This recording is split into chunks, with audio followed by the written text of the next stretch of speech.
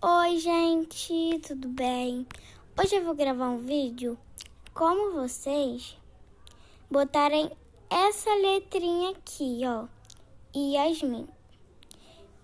Então, vocês vão ter que ir lá no Play Store e vão ter que achar fontes. Esse aqui, ó, fontes. Vai escrever esse meio. Aí você vai ter que clicar aqui, nesse aqui. Você aperta instalar. Aí vai instalar. Que é muito rápido, porque aqui a internet é muito boa.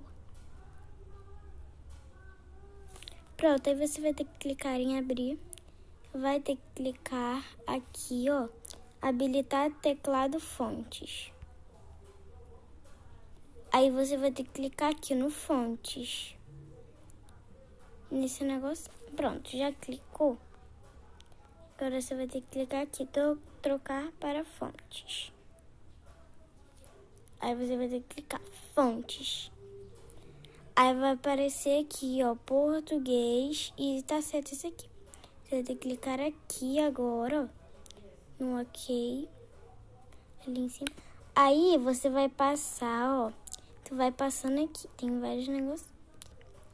Aí você vai ter que clicar aqui, ó, nesse aqui.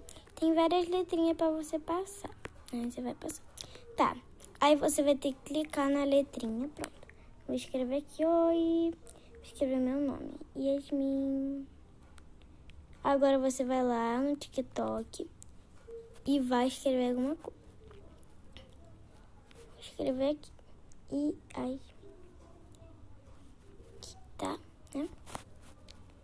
E está pronto aqui em cima. Espero que vocês gostaram. E um beijo e tchau!